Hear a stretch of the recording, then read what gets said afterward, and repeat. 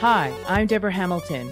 Welcome to my podcast, Why Do Pets Matter? 10 years ago, with my iPhone and a script, I recorded the first episode of the Ultimate Pet Resolution Summit, which chatted with experts about conflicts over animals. Our conversations were intimate, honest, and illustrated how disagreements over animals occur and how those disagreements can reshape people's lives and relationships.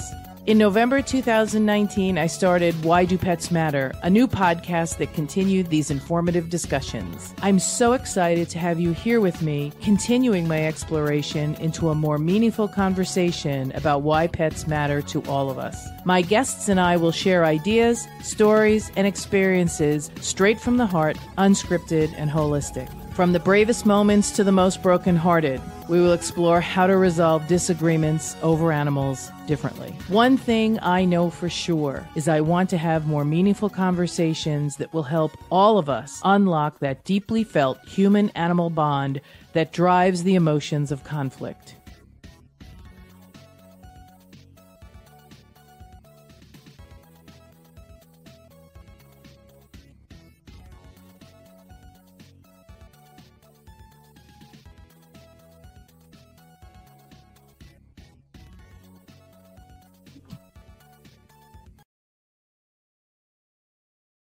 Hi, today we're going to talk to Janet Hoy-Gerlach, who started One Health People Animal Welfare.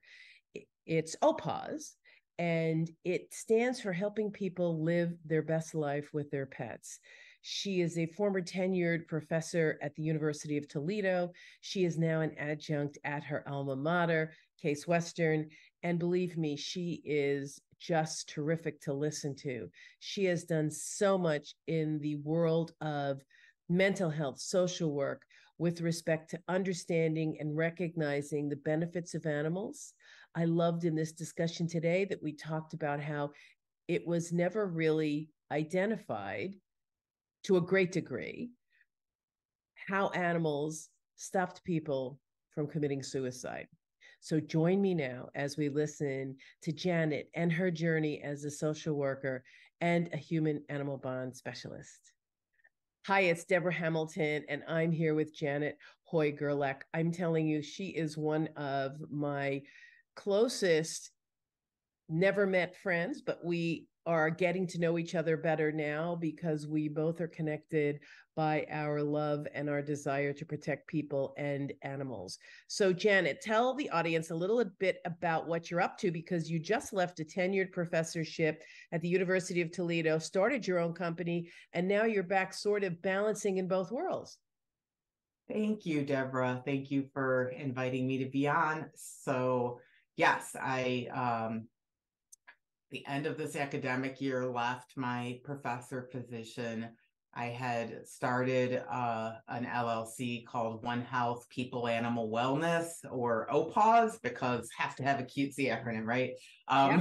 Really focused on helping to support practices and policies that in turn support people's relationships with animals, and ultimately to enable that mutual well-being, for the animal and the person, that happens when that relationship between them is, intact, and they can just go about, living their best lives, to use that phrase. So, I wear a few hats. I'm working with Open Door Veterinary Collective, which is a national nonprofit focused on reducing barriers and increasing access, basically two sides of the same coin, to veterinary care and related, again, support. So,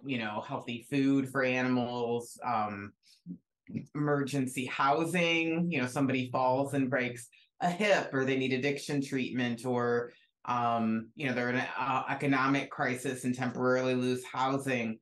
What happens to their animal if they don't have folks that can help? So building out those kinds of resources. So I am serving as their director of social work, and couple great national partnerships there, Meals on Wheels and the national office and United Way 211 are both working with Open Door to get those supports out there for the people and the animals who have need.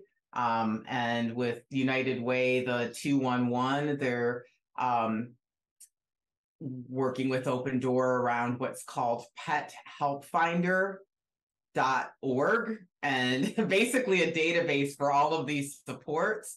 So anyone who's listening that has a resource that you're providing or you're a shelter, please pethelpfinder.org, go there and add yourselves, because the idea is that we're going to have a national, basically through 211, but the pethelpfinder.org, so people can go on that themselves, or, a social worker, a primary care doctor, a lawyer, like any, the human service people that may not be as familiar with those animal supports, but know that for many people, their animal is a family member. And, that is just critical to get, what is needed to keep animal well and healthy and support the relationship. So let me think. That hat, and oh yes, I recently accepted an adjunct faculty appointment at Case Western Reserve University, which is where I got my master's many moons ago now, and my PhD. So I'm just delighted to be able to be back there teaching social work students in their graduate program. And before all of this, I worked in community mental health as a clinician for many years. I often, when I do trainings, actually start with talking about that. I basically say, I want to, tell a little story about how I got here in this very spot, talking to you about, why, supporting the human animal relationship is so important for animals and people. And I've always been a quote unquote animal person. So like I got it personally. But one of my roles was doing risk assessments and, suicide lethality risk. And a question that we would always ask, and this isn't my question, can't take credit for it, this is standard risk assessment, is what's stopped you up until now from acting on your suicidal thoughts and plan and so forth. And, the purpose of that is to elicit the person's lifeline. Like the last thing we want to do is tell somebody, when they're in that place, oh, you're gonna like let down all your, people. Like we want from them whatever it is. So we call those protective factors. And we would, I in this role doing risk assessments, I would do them day in, day out, and we would get the usual responses that we've been taught in research and in our training as protective factors. So people would say things like, I can't do that to my family, or I couldn't leave my kids because I'm afraid of what would happen, or I devastate my parents, it's against my faith, my religious beliefs, all of those designated. And then of course the follow-up question, tell me more about that. So basically trying to bring that up to the forefront. So helping them kind of get in touch with what's been keeping them alive. And you won't be surprised by this, but on a regular basis, people would say, my pet, like I can't leave my pet. And that is, for folks, not, every person, of course, but on a regular basis, people were telling me that the reason literally that they were still alive speaking with me was because of their animal. And two things about that struck me. The first thing was, as an animal person, like I got it. We can live for our animals. And then, of course, there's situations, people refusing to evacuate or leave a violent household situation unless their animal is coming and say. So sometimes we the opposite. We refuse medical care because we don't have anybody to watch our animal. So I mean, it certainly goes both ways. However, I got it. People were saying I'm hanging, I'm here because my animal, that's it.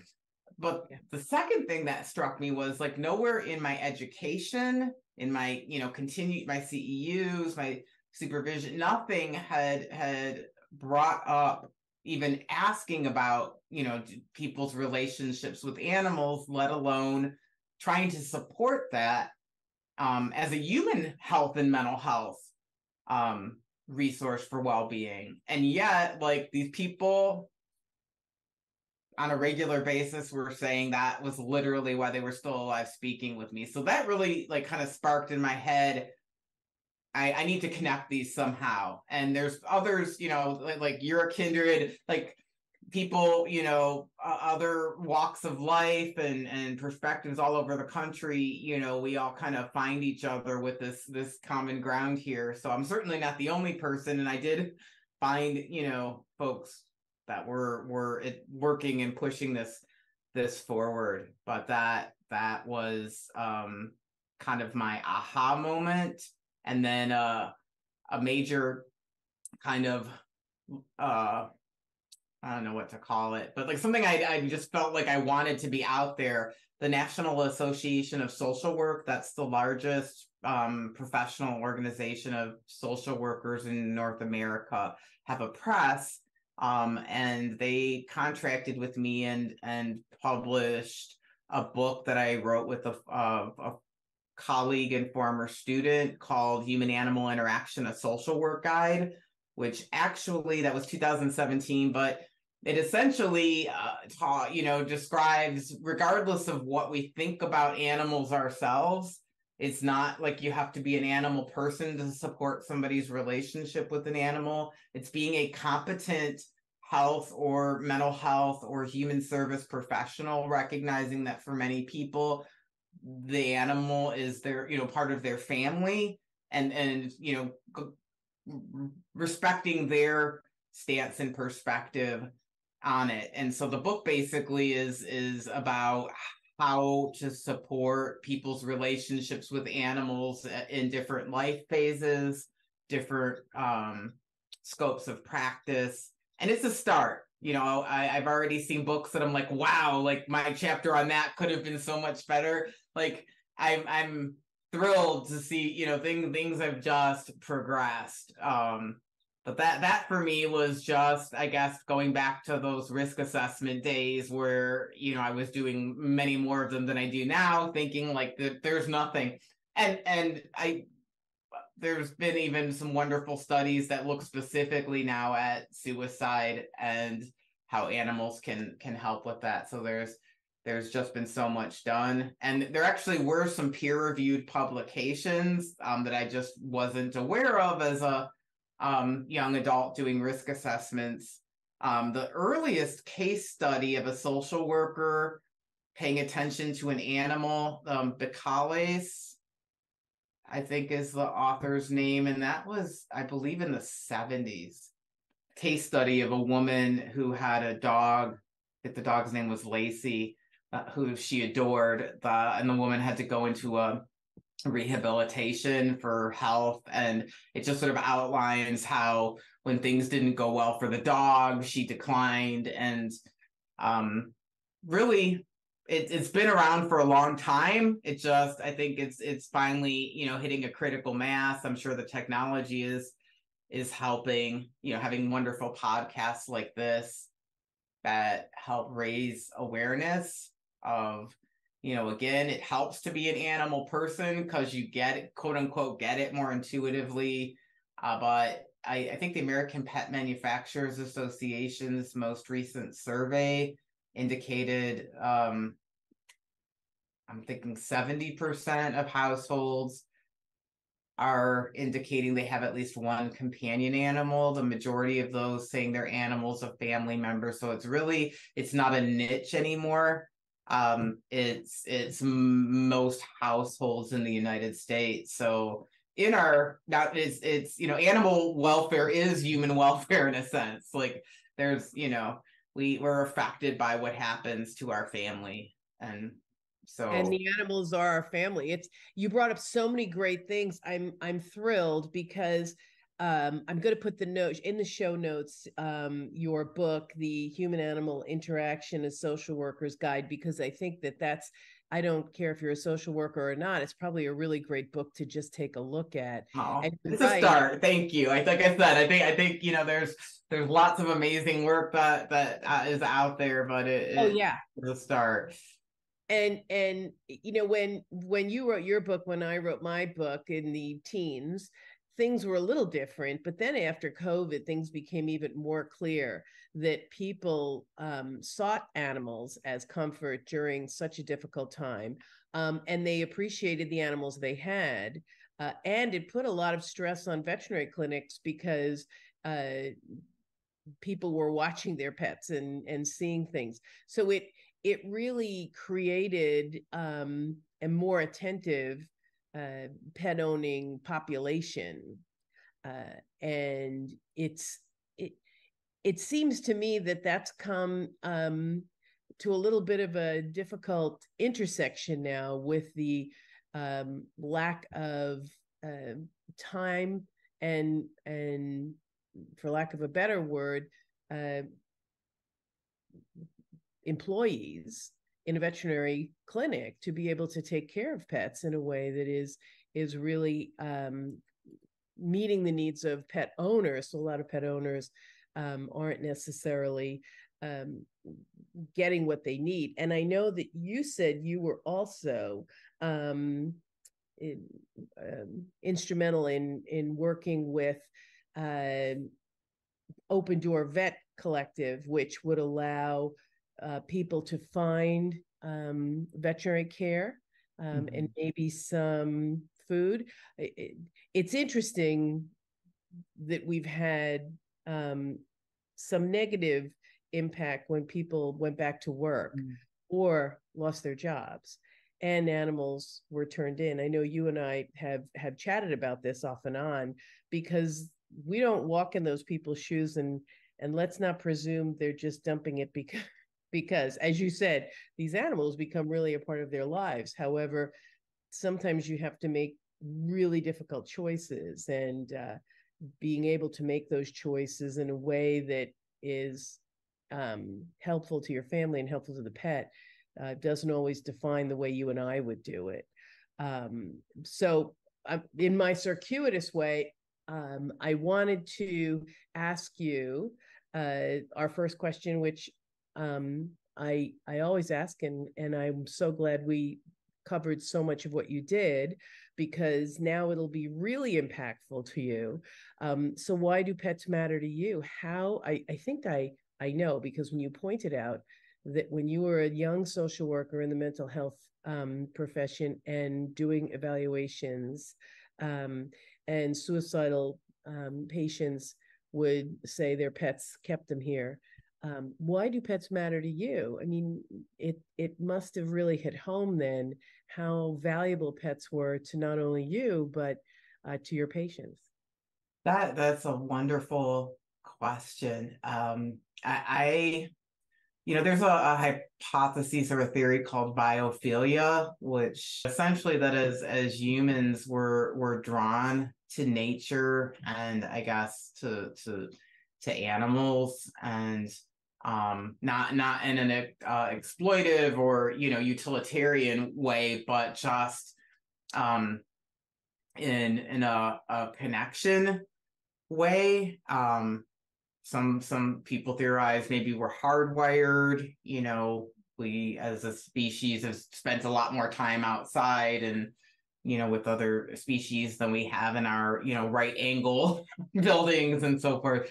But I just, like, from early childhood, my parents were not quote unquote animal people. We did not have animals in our house, but I played, I mean, I was obsessed from, my earliest memories with animals. So I think I just had an innate draw.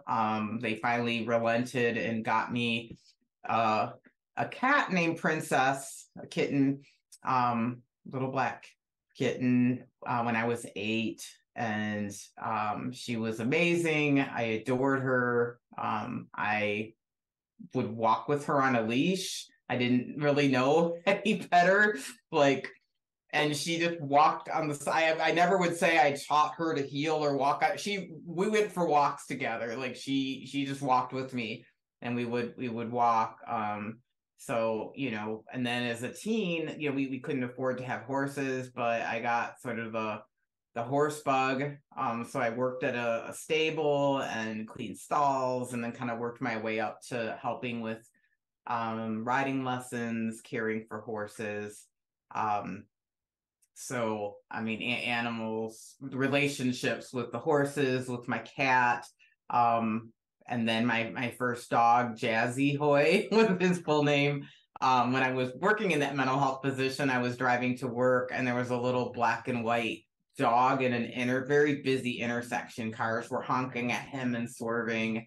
And I pulled up and opened my door, and he jumped in. And then, I couldn't find his people. I put up signs, I looked, and he taught me. I feel bad. Like I learned about, I feel like I was trilingual. Like I could speak horse, I could speak, somewhat. I could speak cat somewhat. But poor Jazzy, like, had to start from scratch with me, in terms of like dog body language. And then he passed away in 14. I've had many other amazing, animals.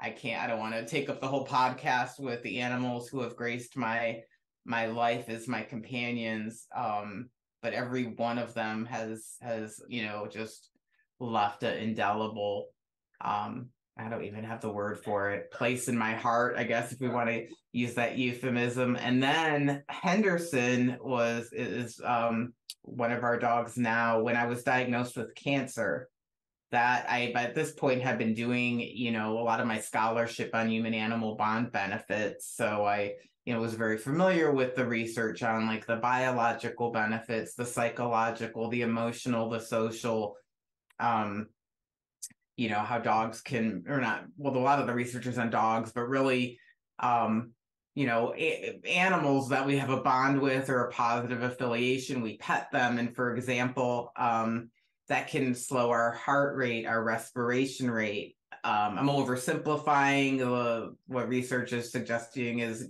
or showing is that we release oxytocin, which is the bonding hormone that we actually discovered in breastfeeding studies with humans, and then kangaroo care, putting babies on the skin.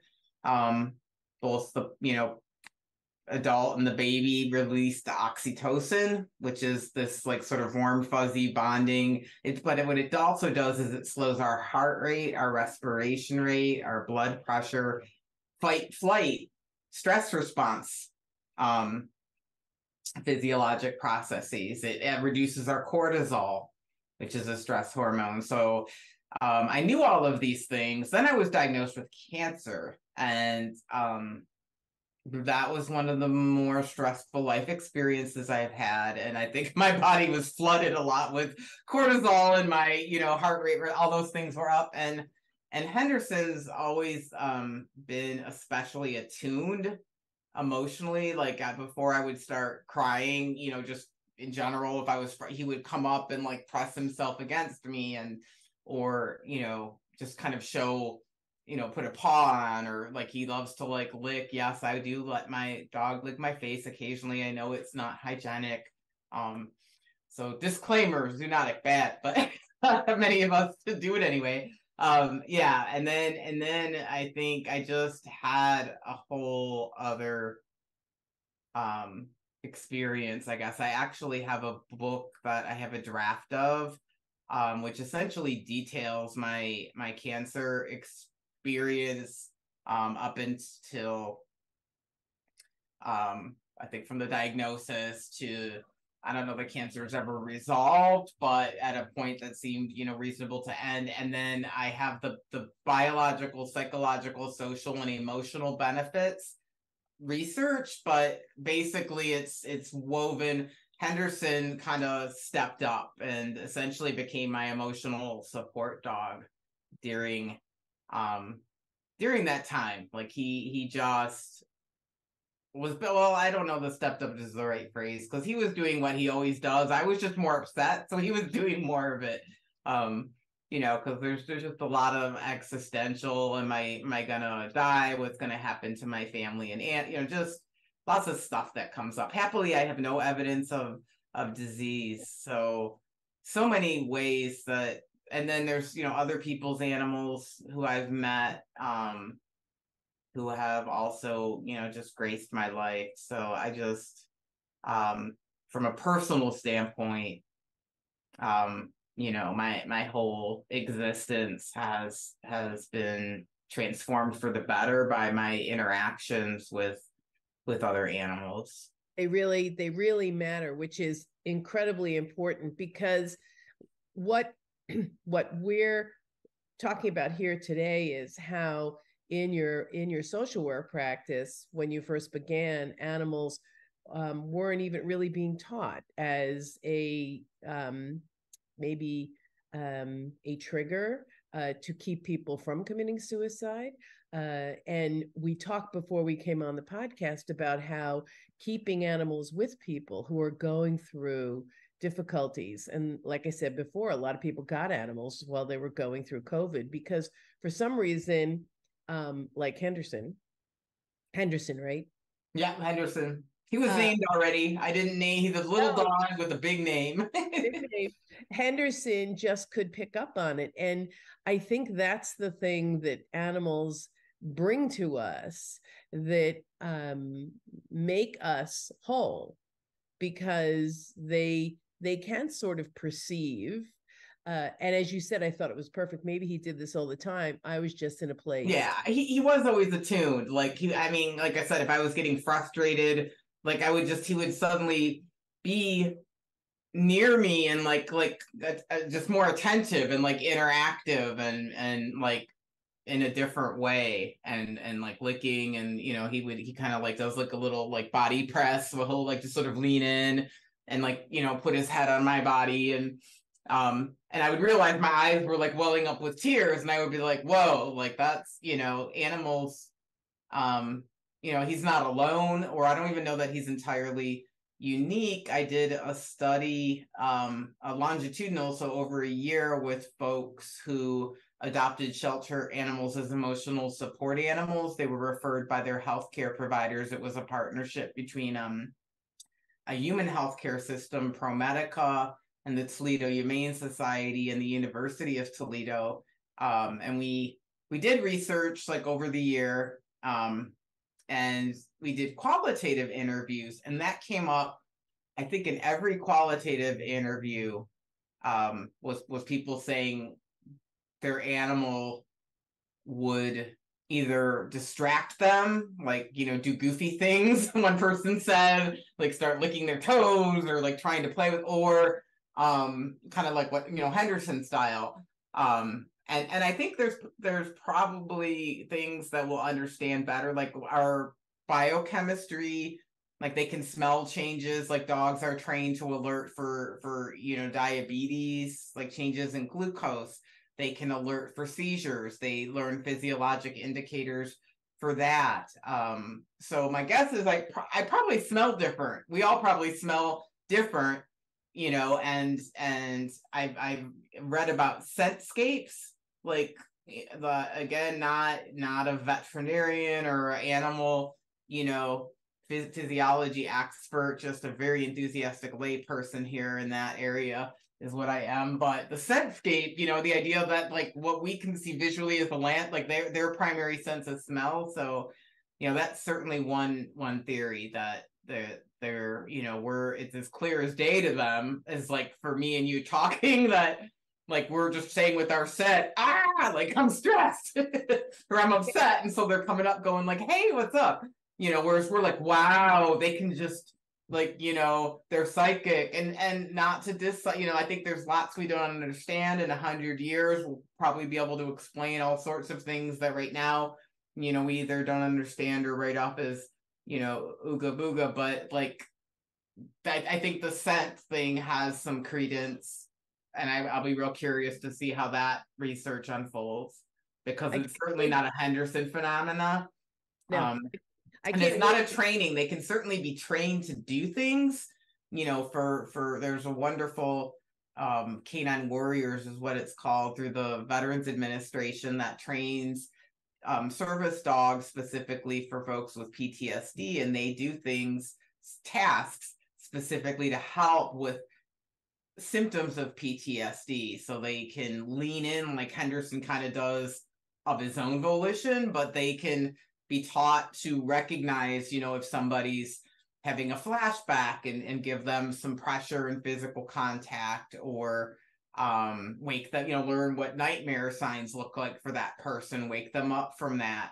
So there's certainly the task training, but even in there was a study with those animals where the vet said the things that the animal did just spontaneously, and their relationship with the animal was also, the tasks were very helpful, but so was all this sort of natural everyday interaction that the animal spontaneously offers in the context of a relationship with us. They respond. It's amazing how they can pick up on things with us, because you're absolutely right. I mean, the canine warriors and the dogs trained to help our warriors, and blind, the guiding eye dogs. Absolutely. They really not only pick up and help people do what they're supposed to do, they also, I have a friend who's blind who has had 3 dogs, and each dog was more a companion than, I guess, they consider guide dogs as a guide dog and his handler. It's sort of like a cane, but it really isn't, because it breathes and it eats and it sees, and it gives love and affection. Yes.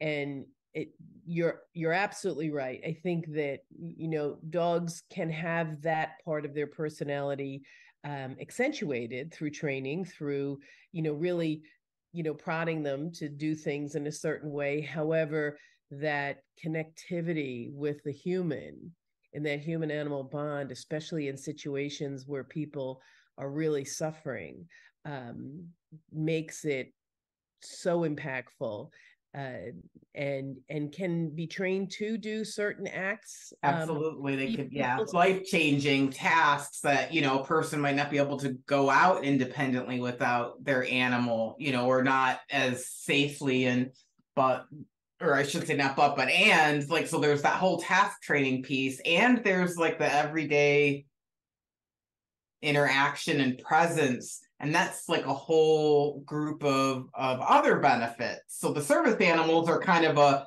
what do they call it, like a BOGO. Like, you get all the task help specific to your disability, and then you also get all of those things that our animal companions, they're not trained to. It's what they do in the context of, having a bond and a relationship with us. And it helps your family too, because here's this animal that is helping you overcome some of life's difficulties, either physical or emotional or whatever. And your family is seeing you thrive, so they thrive. And then the dog helps them thrive in different ways, because, as you said, I loved it, BOGO. I think that's right. Buy one, get one, because they get this wonderful animal that, yes, does work with you, however, is still an important member of the family, because this dog is helping a member of the family cope, move forward, and really matriculate with the family. Yeah. So the benefits of that, having that 4-legged, or, I guess a service animal typically would have 4-legged, because I know some animals have had injuries. I don't want to exclude them, but I think typically they, require a health check for a working animal role. And then the flip of that, like, I always want to, bring up the animal welfare end, but, for animals that have more of a, what we could call, work ethic, and again, not an animal trainer or behaviorist, but somebody that's interested in what is called One Health. So the idea that helping, people stay well helps their animals, helping their animals helps the people, and keeping the environment healthy helps us, it's all interconnected. And so, for primarily it's dogs that are in these working roles. I did foster for an assistance dog international accredited organization for years, and I just came to appreciate their process and what they call like work, because for some animals they seem to thrive on having things to do. Like some were more like couch potatoes, and they were adopted out and had other roles where they thrived, but the animals that ended up in like working service animal roles, almost driven, like they wanted things to do, and if they didn't have that, like they sort of came up with their own things, like which may or may not be good for their household. Irish like the couch, ooh, let's take this apart, but if they had like things to keep their beautiful brains occupied in meaningful ways. At the risk of sounding anthropomorphic, meaningful work for species specific. I know, we've got dogs that herd, we've got dogs that return, that's just sort of how they're wired. So, we call that form and function in the breeder's world. You want to breed a dog for form and function, because it should be able to do what it was bred to do. If it's a herding dog, or if it's a ratter, I had dachshunds, oh my God, they could go dig a hole that would rival any construction site, digger. I am so sorry that we're going to have to wrap up, because this has been such a wonderful conversation. Janet, I have written down, I kid you not, 8 other topics that I'd love to have you come back on. So I'll send those to you, because we didn't talk about legislation and conflict, and the prisons, how prisons are now using animals, and social workers are helping in that venue as well. And of course, the elderly and shelter pets, because they can actually bring the elderly into activity and into tenacity and tactile things. There's so many things that we need to talk about. I hope you'll come back. Until next time, this is Deborah Hamilton and Janet, sorry. You're not the only one who's called me that, and I've been called many less pleasant things. I actually have an article that was published under Joy Hoy initially. We had to get it retracted. So this is Janet Hoy-Gerlach, my good friend, and I think a repeat offender on Why Do Pets Matter, because both of us have this unique need to help people understand how pets can really matter in your life. So until next time, kiss your pet for me. The Why Do Pets Matter podcast drops every Thursday and can be found on whichever platform you find your podcast. Subscribe now, invite your friends, and I cannot wait to have you join me in these conversations.